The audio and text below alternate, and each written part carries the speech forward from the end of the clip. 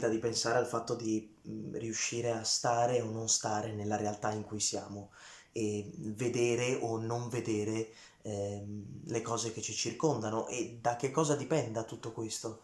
Ehm, Credo che dipenda da dove il nostro cuore è rivolto in quel momento. Se esso è rivolto a una sola cosa, la realtà attorno a noi è come se non ci fosse, è come se fosse finzione quello che è attorno.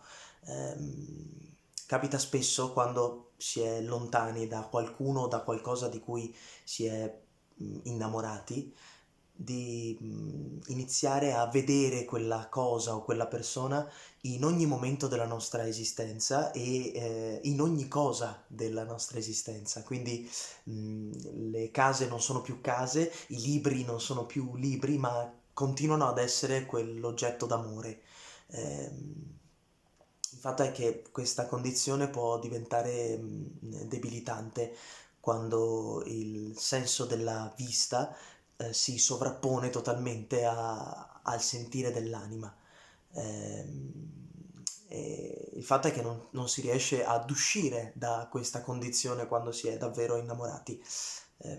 Penso sia questo quello che mi è rimasto dal sonetto 113 di Shakespeare, il quale alla fine del sonetto ci dice che l'anima del poeta è vera, è verace, ma rende il poeta stesso menzognero, falso, perché gli occulta la realtà in cui è.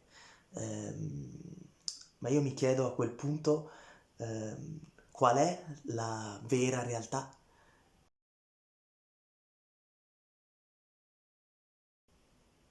Da quando vi lasciai, l'occhio mio è nel mio animo, mentre l'altro occhio che governa i miei passi non adempie al suo compito, è parzialmente cieco.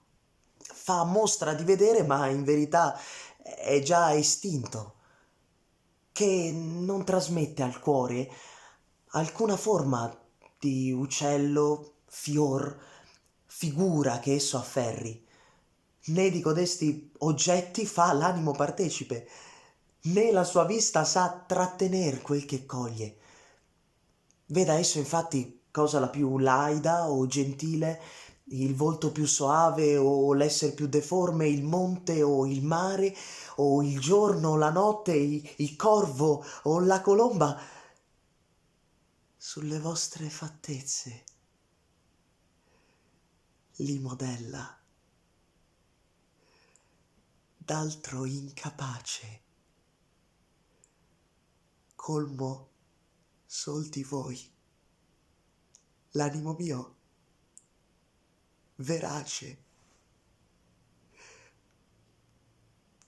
mi rende menzognero.